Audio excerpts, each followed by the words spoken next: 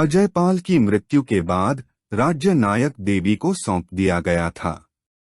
जब मोहम्मद गोरी को पता चला कि गुजरात में एक विधवा रानी का शासन है, तो उसने गुजरात पर आक्रमण करने का फैसला किया। मोहम्मद गोरी के आक्रमण करने की तैयारियों के बारे में सुनकर रानी नायकी देवी ने भी युद्ध की तैयारियां शुरू कर दी। उन्होंने गोरी की सेना का मुंहतोड़ जवाब देने के लिए सेना तैयार की। इसके अलावा उन्होंने पृथ्वीराज चौहान समेत आसपास के राजाओं से मदद मांगी।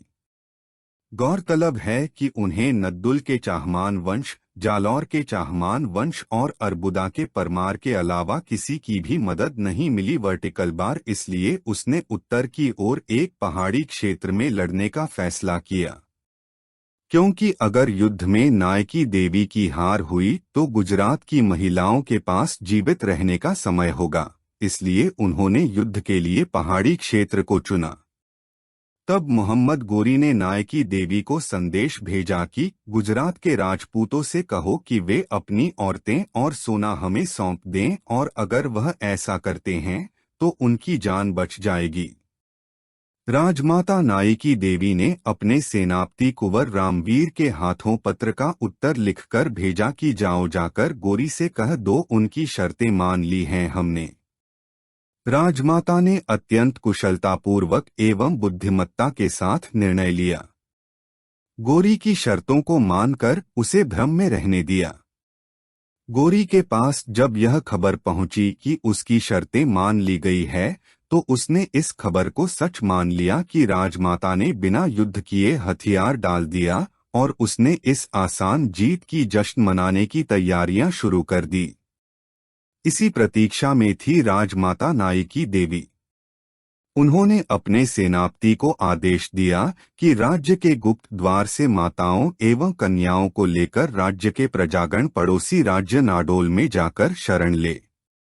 नाडोल के चौहान वंशीय महाराजा कलहनदेव चौहान ने गुजरात से आए शरणार्थियों को शरण दी। प्रजा को सुरक्षित स्थल पर पहुंचाने के बाद राजमाता नायकी देवी ने अपने दोनों पुत्रों को पीठ पर बांध लिया और घोड़े पर सवार होकर गोरी की शिविर की ओर चल दी। इतिहासकारों ने भी इस बात की पुष्टि किया है। राजमाता नायकी देवी की योजना अनुसार यह रणनीति बनाई गई थी कि राजमाता के निकलने से पूर्व ही गोरी के सैन्य शिविर में 200 राजपूत योद्धा भेष बदलकर उपस्थित रहेंगे। वे गोरी के सैनिकों में छिपकर रहेंगे और कुछ हजार राजपूत योद्धा आबू पर्वतों की घाटियों का सहारा लेकर अनहिलवाड़ा के सीमा को घेर कर रखेंगे। गोरी देखा कि कुछ घुड़सवार उसके सैन्य शिविर की ओर आ रहे हैं, और नजदीक आने पर उसने देखा कि एक खूबसूरत महिला अपने बच्चे को अपने साथ बांधकर उसकी ओर आ रही है। गोरी इस भूल में था कि राजमाता की पराजय हो चुकी है। वह मन ही मन हंस ही रहा था कि अचानक से रानी नायकी देवी के घोड़े रुक गए। इससे पहले कि वह कुछ समझ पाता, उसके शिविर में मौजूद राजमाता के गुप्त सैनिकों ने हर हर महादेव का शंखनाद करते हुए आक्रमण कर दिया और हाहाकार मचा दिया। राजमाता की तलवार की वार से गोरी मूर्छित हो गया, उसका अंग भंग हो गया था। इससे पहले कि गोरी राजमाता के हाथों से मृत्यु को प्राप्त होता, गोरी की सेना वहां आ पहुंची और उन्होंने गोरी को वहां से घायल अवस्था में बचाकर निकाल लिया।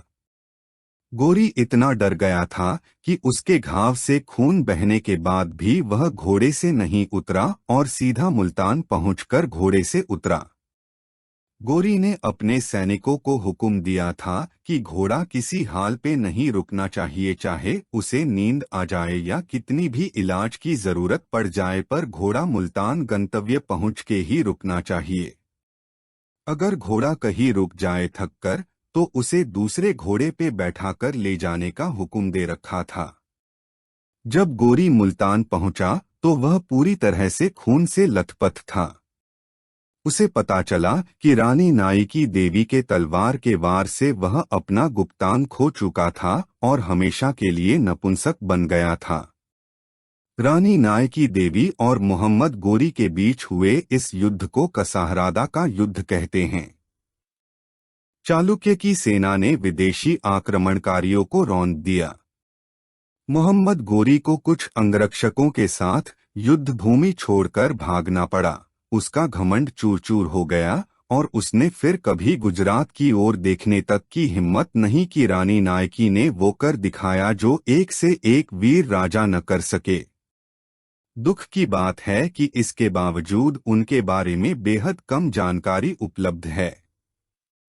उस दौर के कई लेखकों ने इस युद्ध का जिक्र किया है, लेकिन रानी नायकी को इतिहास में वो जगह नहीं मिली जो उनका हक था।